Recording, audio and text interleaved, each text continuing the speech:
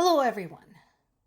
The conversation continues in the media about the potential ceasefire for the Victory Day celebration. So, as I mentioned before, that is May 8th and May 9th. And once again, despite the fact that I'm not a huge fan of Zelensky, for reasons I've mentioned before, I agree with him here. Because at this point, anything that comes out of Russia just comes across as an insult. I agree with this evaluation of utter cynicism. I may disagree with Zelensky on a lot of things. I may dislike things in his past and his fashion of governing. But in this case, I 100% agree with him. This is bullshit. So, what's going on? So there's now been several rounds of back and forth between Russia and Ukraine talking about a ceasefire. And here's the thing. Ukraine had basically outlined its conditions for a ceasefire a long time ago, multiple times. And Russia keeps rejecting them. And I think, and this is just a speculation on my part, I think it's possible that some people among Putin's administration, some people among Russia's military command actually might even think that that is not such a bad idea. Have a short, complete ceasefire and just not put a deadline on it to end and see how long it goes. However, they are not going to go against the boss.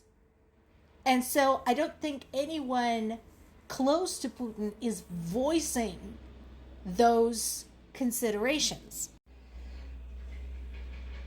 So, as of right now, Ukraine actually had extended an offer to start the ceasefire on Wednesday.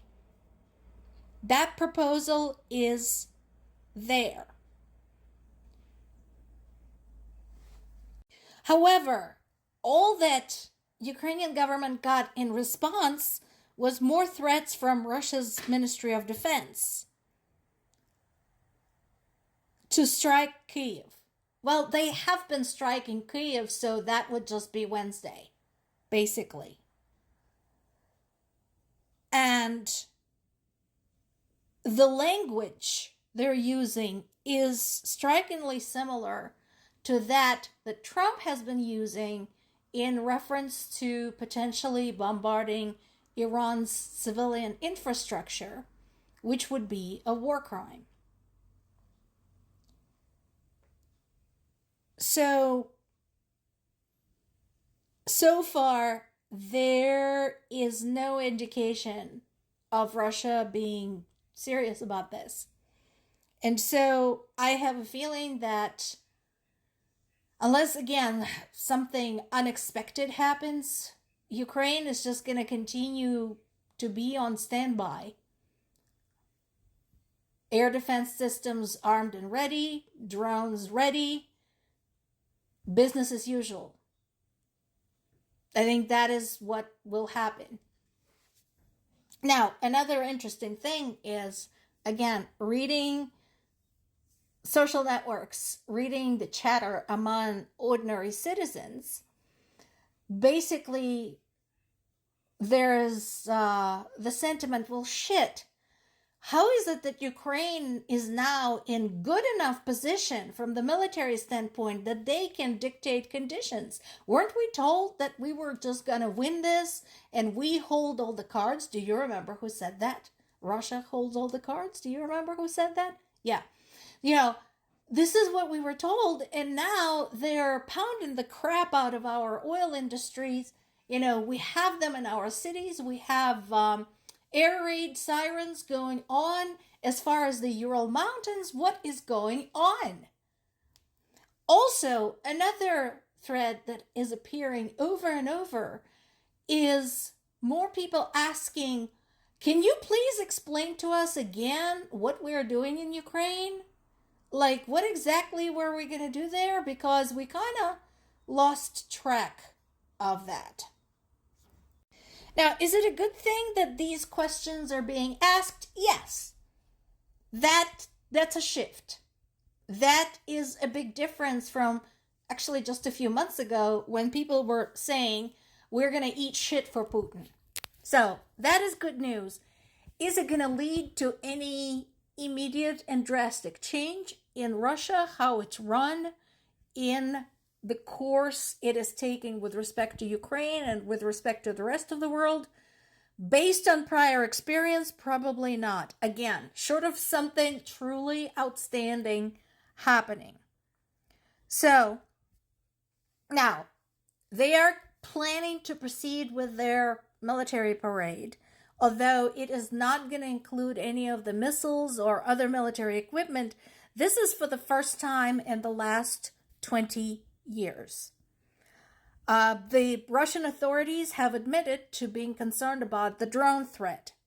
Why are they concerned? Well, because this wouldn't be the first time Ukrainian drones have gone as far as Moscow, because Moscow is a lot closer to Ukraine than the Ural Mountains.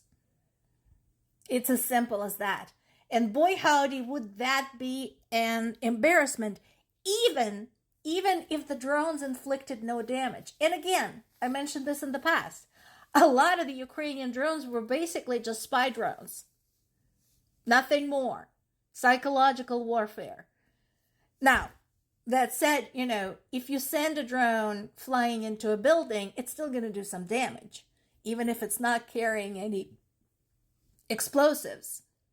So, recommendation to Russian air defense specialists: pay attention to where you shoot those things. Just saying. And so, at the same time,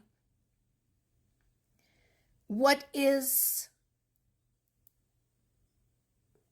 becoming apparent is that even the high global oil prices are not helping boost Russia's economic growth. A few weeks ago, I mentioned that the Russian economy is actually shrinking. And there was a hope among the Russian government and Russia's allies that the oil difficulties associated with the Middle East would allow Russia to correct that. So far, no dice. Because while it's true that the US had loosened its sanctions against Russia, specifically Russian oil, concerted effort by Ukraine and allies against Russia's oil shadow fleet and Russia's oil industry are having an effect. And to Zelensky's point of Russia being just a bunch of assholes at this point, even as they're talking about a ceasefire, there's been another deadly attack in the Kharkiv region, in the town of Merefa. 7 people were killed, more were wounded. And in this particular case, it appears that an Iskander-type ballistic missile was used. Also, in Zaporizhia region, my native region, a husband and wife were killed in the village of Vilnyansk. I actually know where that is. Their son was wounded in the strike, as well as 3 other people.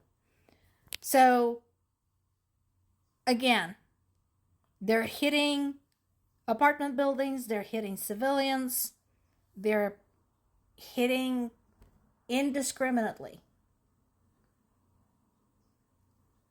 So, under the circumstances, any conversation about a ceasefire, especially after over 11,000 Russia's violations of the previous ceasefire for Easter, are not coming across very believable.